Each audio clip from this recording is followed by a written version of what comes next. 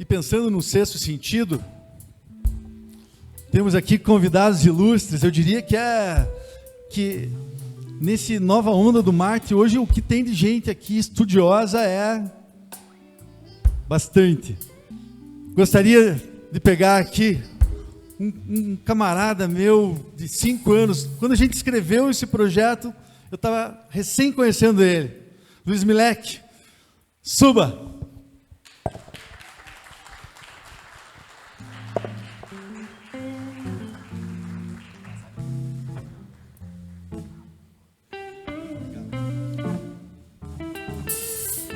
Prazer receber esse cara, amigo de longa data, que virou um mateiro inveterado. Escolha seu lugar e se abanque.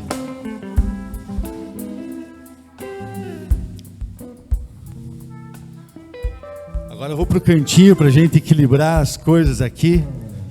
Você que está de azul, Ana Cláudia Zampier, a nossa engenheira florestal.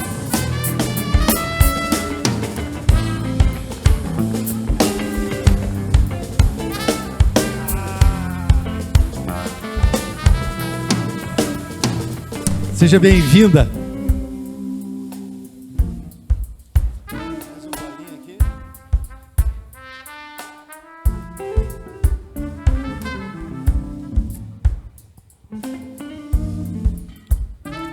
Flavinha Xoxé.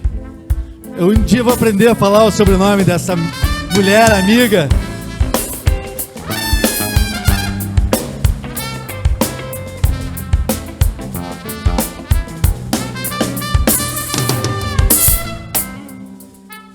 Essa moça aqui, que não é tão grande de tamanho, mas é imensa do que pensa, do que compõe, escreveu essa matéria jornalística que foi premiada, falando da segunda, dessa nova onda do Marte.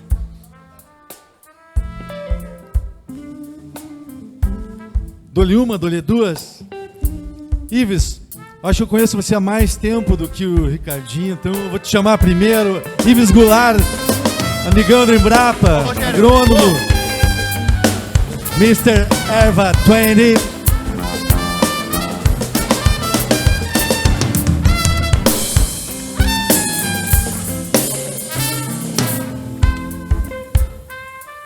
Sem delongas, então, para a gente completar aqui, Ricardo, por favor, mais um grande estudioso, pesquisador do antigo Cefet, TFPR.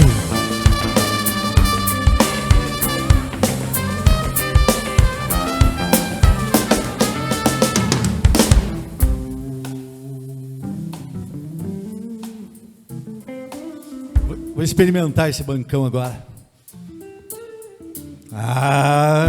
Curti.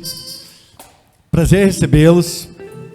É uma proposta tão diferente que é difícil a gente saber o que a gente faz, né?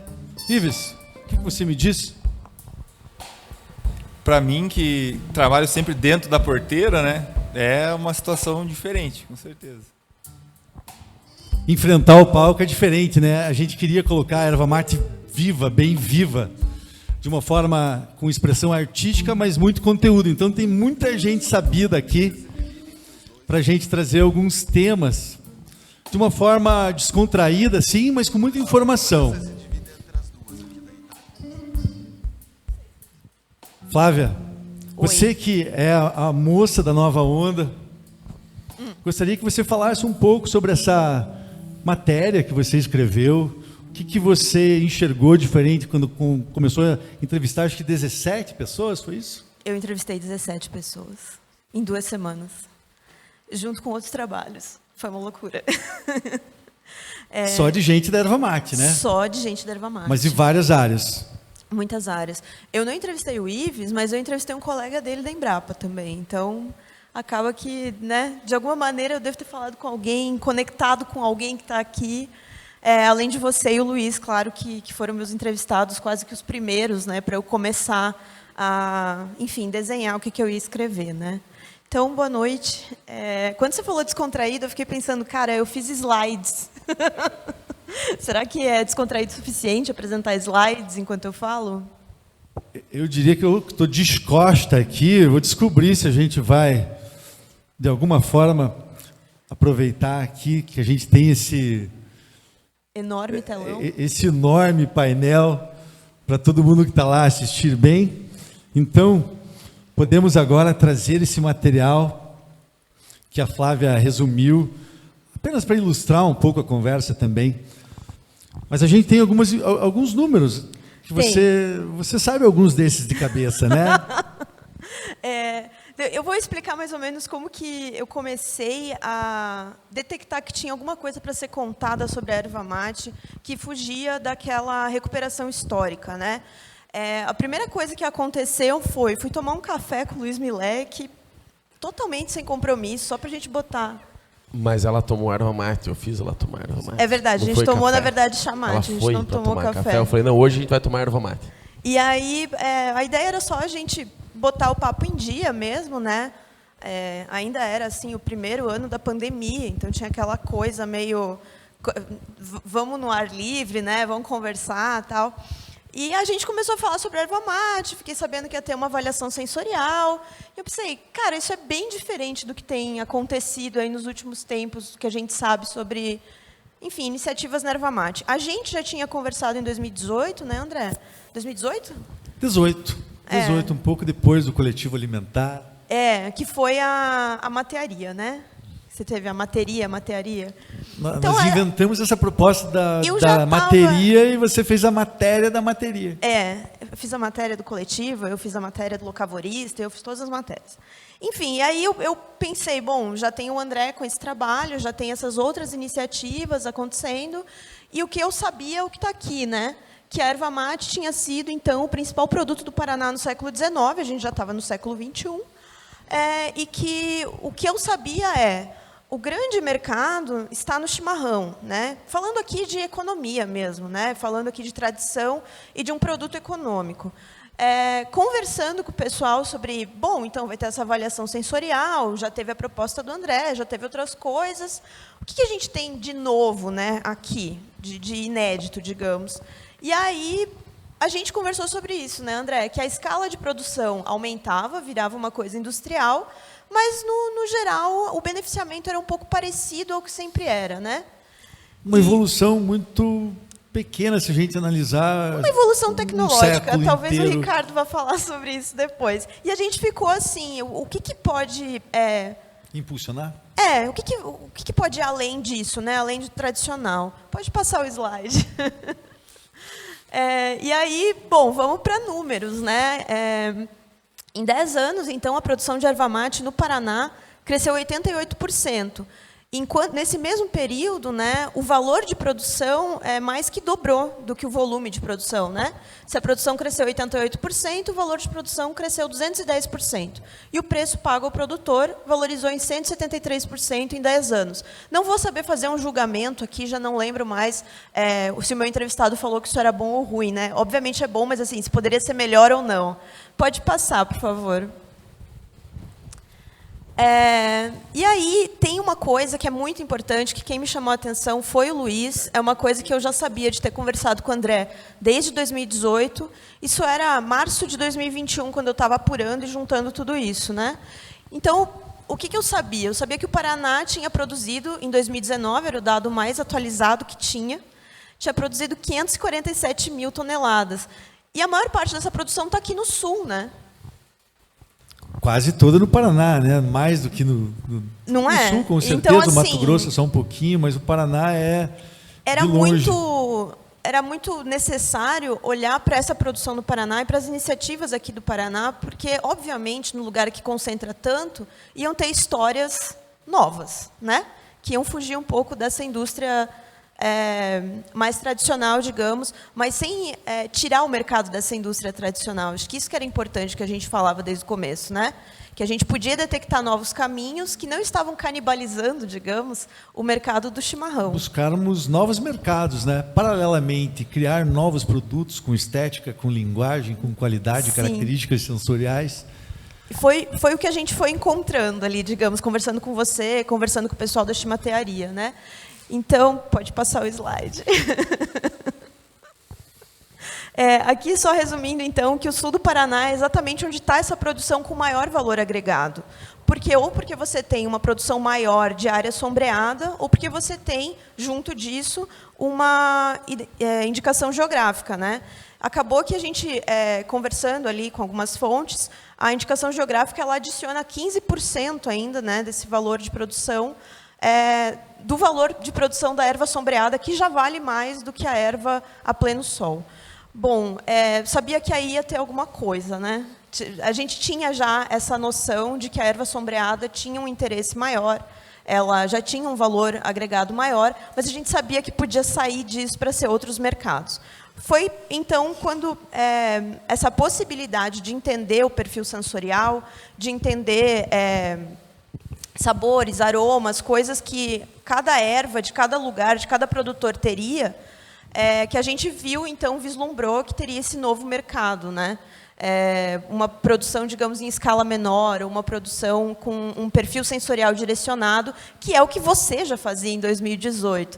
Então, assim, o quanto você estava olhando para uma coisa que a gente viu em 2021, outras iniciativas já caminhando na mesma direção, né? Com certeza existe um movimento que vem sendo construído nos últimos anos e eu admito que eu participo disso e tem muita gente, né? Acho que todo mundo que está aqui dentro desse teatro hoje pensa pelo menos um pouquinho parecido com essa proposta de inovação, envolvendo ainda os métodos industriais, que a gente já estou dando spoilers aqui. E o Ives, apesar de a gente ter organizado os slides, gostaria que você também comentasse um pouco dessa influência que você entende como nova onda. Como que você, que tem um trabalho que a gente já vai mostrar, poderia complementar o que a Flávia e eu estamos conversando? Ai, ai, ai. Bom, esse é um tema bem interessante, assim, porque, bom, eu trabalho na Embrapa Florestas e, como eu disse no começo, o foco do nosso trabalho é dentro da porteira. Então, viabilizar a produção da erva mate com tecnologia, com inovação. E vocês colocaram bem que existe essa questão cultural, o aprendizado que os que vieram antes de nós nos entregaram, né? Então, a própria indústria reflete isso. Vocês comentaram que o beneficiamento ele é praticamente o mesmo, e é realmente. Você tem alguma modernização na indústria, mas o processo de beneficiamento continua com as mesmas etapas que os primeiros consumidores de erva mate desenvolveram, né? Fazendo o link com o nosso trabalho na Embrapa, a gente pega esse conhecimento, né, que é um conhecimento prático, tácito, e trabalha ele até chegar num ponto onde você seleciona aquilo que é mais eficiente e devolve para os produtores aqueles mesmos princípios, só que de uma forma mais eficiente, né? Então, vou dar um exemplo simples. Como é que você faz uma poda, né? Muito antigamente era com as mãos. E depois teve uma evolução aí de ferramental para até chegar nas tesouras. Mas a poda ela é a mesma, você tem que podar. O princípio de colher erva mate para pôr na cuia e processar e fazer outras coisas é a poda. Então, o nosso trabalho ele tem muito a ver com isso, né? Então, eu não sei se eles vão mostrar. Não, daqui a pouco a gente vai para outros slides para falar mais. Sim, sim. Só para deixar todo mundo conversar um pouco tranquilo. aqui junto, não ficar tão monótono, né? Sim. Então, assim, eu acho interessante esses dados mostrando uma evolução no setor produtivo, porque esse faz parte do nosso trabalho na Embrapa, entendeu? Então, eu não sei em que proporção, mas quando você tem um aumento de produtividade, eu acabo pensando naqueles trabalhos que nós fizemos lá desde 2013, e o André começou a participar com a gente linkando essa parte cultural, né? Faz parte também. Cada evento que a gente fez, cada trabalho que a gente conduziu, em que proporção ele contribuiu para essa evolução de produção do Estado? Eu não sei dizer, mas cada um dentro da sua área é um trabalho de formiguinha. Eu acho que é esse aspecto global que a gente pode dizer que a cultura envolve diretamente. Se não houver a cultura de você ter isso no teu dia a dia ou com alguma frequência que você enxergue, sendo o Paraná o maior produtor do mundo de erva mate nativa, a gente tem que admitir que a gente não leva isso tão a sério, a população não leva isso tão a sério, né? Nós que somos os missioneiros e fazemos esse trabalho de formiguinha, de cada um completando o outro, a gente já está ficando bem poupudo, eu diria. Eu acho que é o Paraná é uma questão peculiar, porque a produção do Paraná ela acaba sendo vendida para outros estados, para outros países. Então, faz parte da pessoa urbana, né? O paranaense urbano, ele consome menos erva mate do que um urbano lá no Rio Grande do Sul, por exemplo. E eu vim de lá e vim com esse senso comum também. Não, que erva mate é coisa de gaúcho.